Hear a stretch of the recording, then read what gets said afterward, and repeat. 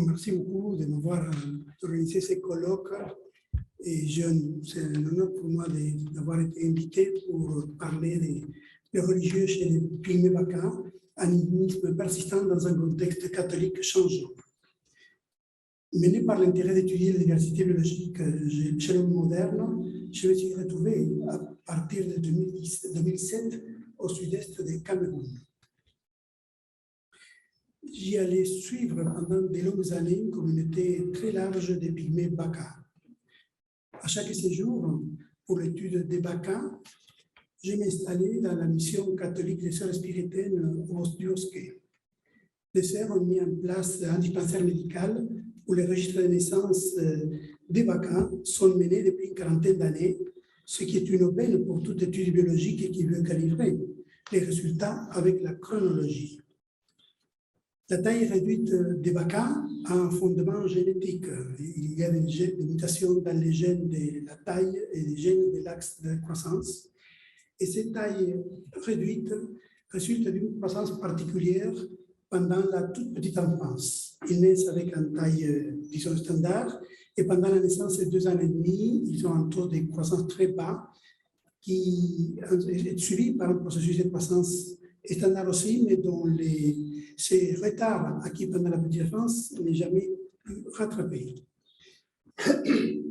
La génétique des populations nous apprend que les Baka et les autres groupes pygmées constituent un ensemble qui s'est séparé d'autres lignées il y a environ 60 000 ans. Les Baka sont semi-nomades partageant leur vie dans des cases au long des pistes et au campement au sein de la forêt équatoriale. Ils présentent une économie de subsistance fondée principalement sur la chasse et la cueillette. Un point commun pour tous les groupes pygmées est le rapport avec les groupes qui ne sont pas pygmées, que j'appellerai désormais bantous. Ce rapport est très complexe et basé sur la confrontation. Complexe car il concerne tous les niveaux économiques et sociaux. Et basé sur la confrontation, car la reconnaissance de qui est pygmée et qui ne l'est pas est vite réalisée par tous les individus habitant la forêt équatoriale, soit-ils pygmées ou bantous. Ils n'ont pas besoin de marques de corps ni aucun type de marque pour se reconnaître les uns et les autres. Cependant, un aspect domine les rapports. Il s'agit du mépris de la part des bantous envers les pygmées. Les descriptions plus ou moins précises de ces rapports difficiles peuvent être lues dans de nombreux ouvrages de voyage de tous les temps, depuis 1865, année de la première rencontre entre un occidental et des pygmées, jusqu'à aujourd'hui. Justement, un jour, je me déplaçais par une zone où les pygmées ne peuvent pas fréquenter, et j'étais avec les chauffeurs, et 3 pygmées collaborateurs à moi étaient assis dans la banquise derrière. La gendarmerie nous arrête, nous demande les papiers de la voiture et les pièces d'identité. Les chauffeurs présentent les papiers de la voiture, sa pièce d'identité, et je présente mon passeport. Et le gendarme nous dit, vous pouvez continuer. Et je dis, mais il y a 3 personnes derrière, dans la banquette arrière. Et il me dit, ils sont des pygmées, ça ne compte pas. Les groupes pygmées sont toujours associés à des villages bantous, et il est normal d'entendre les chefs des villages parler de ces pygmées à lui. Parfois, les pygmées ont un chef propre, mais malgré cela, ils sont toujours les sujets des bantous voisins. En marge de mes travaux d'anthropologie biologique, les longues conversations avec mes collaborateurs Baka ont été d'une richesse inouïe. Au long des marches en forêt, on causait, on partageait et on comparait. L'intérêt et la curiosité qu'ils montraient pour le monde extérieur m'interrogeaient. Monde extérieur qui ne commence pour eux qu'à quelques kilomètres du bosquet. Leurs réponses, mais surtout leurs questions, m'instruisaient sur un univers qui dépasse ma compréhension et mon imagination. Je ne sais pas jusqu'à quel niveau ils comprenaient mes réponses à leurs questions, et je ne suis pas sûr d'avoir compris pleinement le sens de leurs réponses. Car nous sommes confrontés au mot et au concept que ce mot véhicule. Et pour cela, je pourrais parler de nombreux exemples, mais bien sûr, il y a un exemple typique, c'est la conception du temps. Par exemple, j'ai demandé une fois qu'est-ce que c'était le temps à un de mes collaborateurs. Il m'a traduit les termes en Baka, Mais je lui dis non, ce qui m'intéresse, c'est les concepts. Il ne savait pas très bien à quoi je parlais, mais finalement, je lui dis, bon, écoute, tu sais, pour les Blancs, le temps est une flèche. Et il a mis un visage très de terreur en disant, pas du tout, le temps est circulaire. Bon, tout à fait, c'est une différence de base. Et donc, c'est pour ça qu'aujourd'hui, on évoquait les calendriers, justement, et ils n'ont pas de calendrier, parce que tout le temps est cyclique. Et quand je dis, il faut venir le mercredi, le vendredi, ils parlent dans 2 jours, 3 jours, mais il n'y a pas une semaine, il y a toujours les va-et-vient, les jours, la nuit, les saisons, et ils ne vont pas au-delà de ça. Et une autre anecdote beaucoup plus profonde concerne bien évidemment les enfants. Quand les enfants meurent en bas âge, disons en mortalité infantile, c'est-à-dire bien avant qu'ils ont eu les sévrages, la mère va tomber enceinte tout de suite après et le nouveau enfant va recevoir le même nom que l'enfant précédent. Et donc, on va demander, et pour eux, c'est très simple, l'enfant qui est décédé, en réalité, il n'est pas décédé, il est reparti dans un monde autre et il est revenu quelques mois après. Donc, c'est pour cela que le nombre d'enfants et le nombre d'accouchements chez les Vakans n'est pas pas les mêmes. Et donc, ces conceptions de l'enfance, c'est aussi très, très bizarre pour nous, parce que si une maman meurt, l'enfant, si c'est aussi très petit, disons jusqu'à 2-3 ans, il va être abandonné, il va être laissé de côté. La famille, le père et toute la famille ne vont pas s'occuper de lui et finalement il va mourir. Ça, je l'ai vécu très prochainement parmi mes collaborateurs et je l'ai suivi aussi ailleurs. Il y a plusieurs cas qui sont comme ça. Et quand on leur demande pourquoi vous ne vous occupez pas de l'enfant, ils regardent ailleurs, ils ne répondent pas. C'est un concept de l'enfant qui est, disons, qui m'échappe. Bien évidemment, les croyances, l'aspect religieux, la spiritualité ont été abordés dans mes conversations. Les Vakans ont un Dieu, combat, à l'origine de tout et loin. Si l'entend que son existence semble, selon mon impression, se dissoudre dans les néants. Par contre, la vie des Vakans est rythmée par l'invocation des mânes des ancêtres qui rôdent dans la forêt, surtout la nuit, et dans d'autres espaces. De bonnes paroles sont adressées aux défunts avant leur enterrement afin de conjurer les mauvais sorts que l'esprit du mort pourrait jeter sur les vivants. Les cérémonies qui suivent le décès visent tout à concilier les bonnes grâces, car si un esprit s'oppose à une action particulière, l'individu Vakan ne réussira jamais.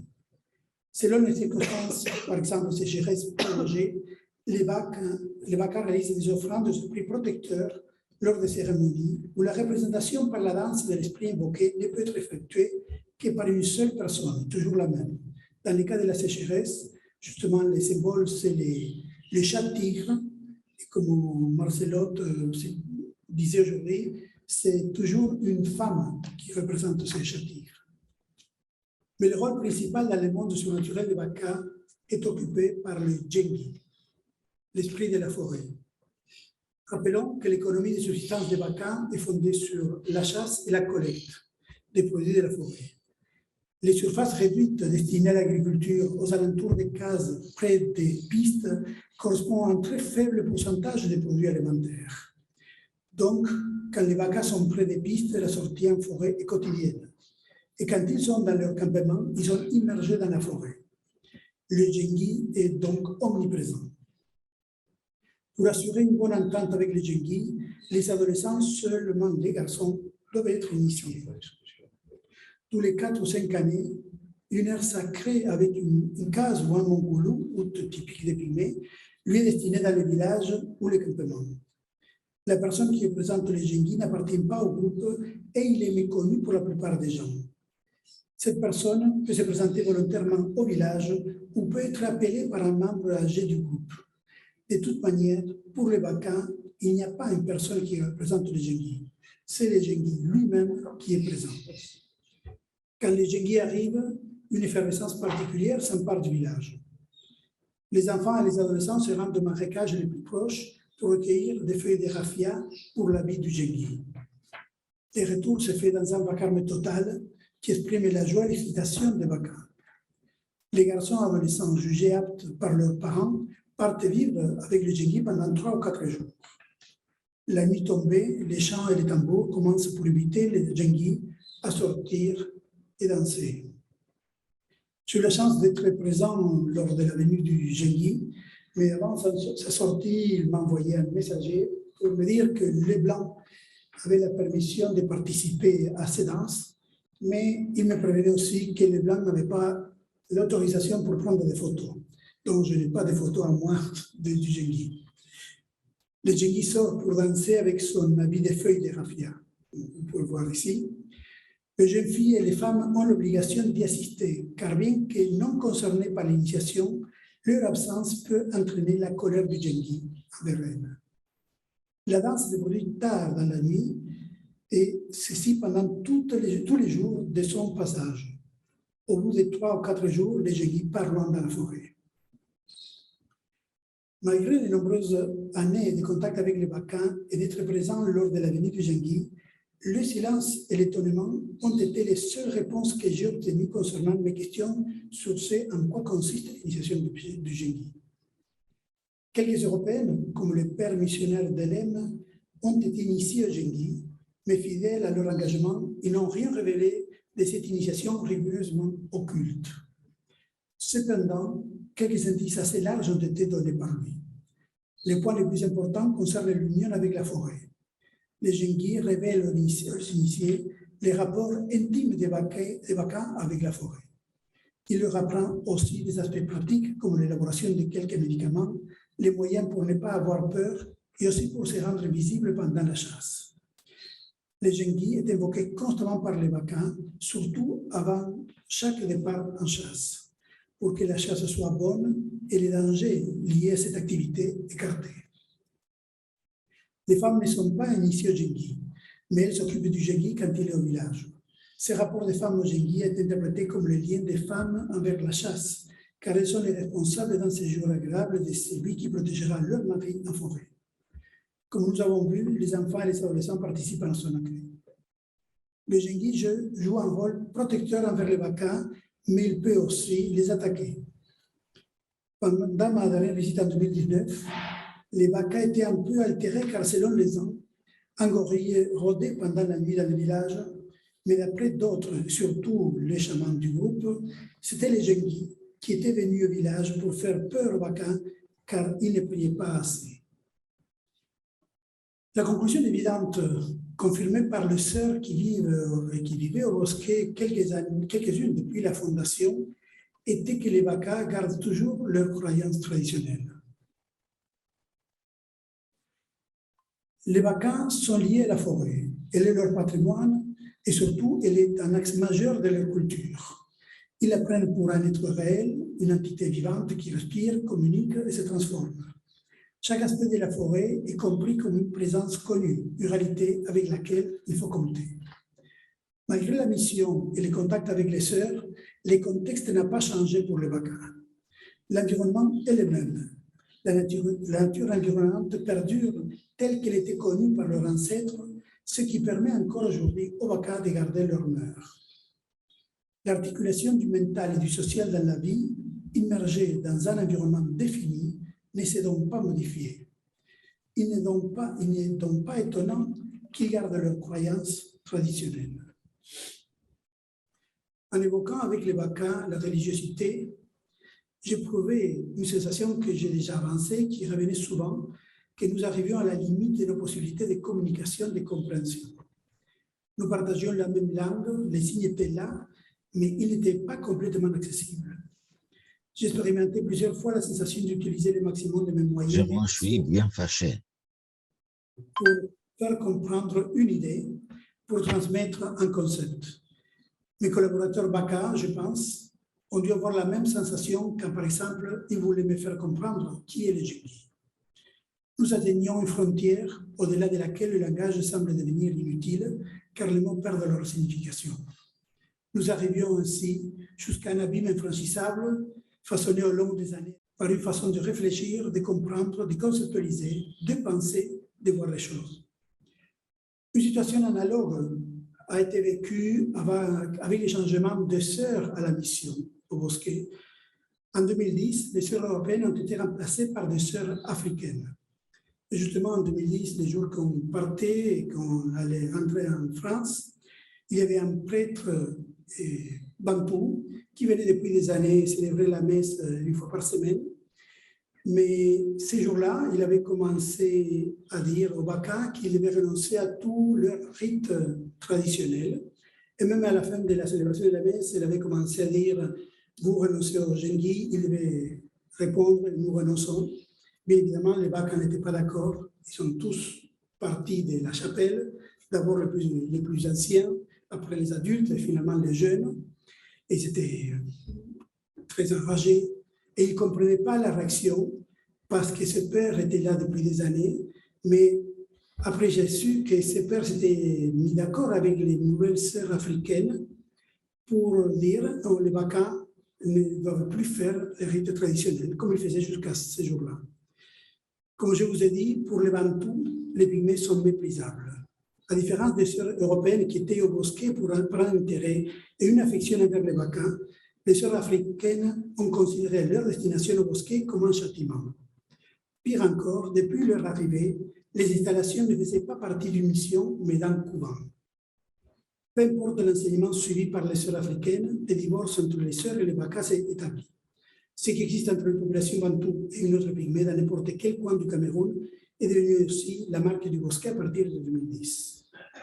Pour le religieux chez les Baka et pour l'appréciation des Baka chez les Bantous, tout se passe comme si une fois les rapports socioculturels établis, il est très difficile de ne pas être conditionné par eux pour regarder le tout et l'autre.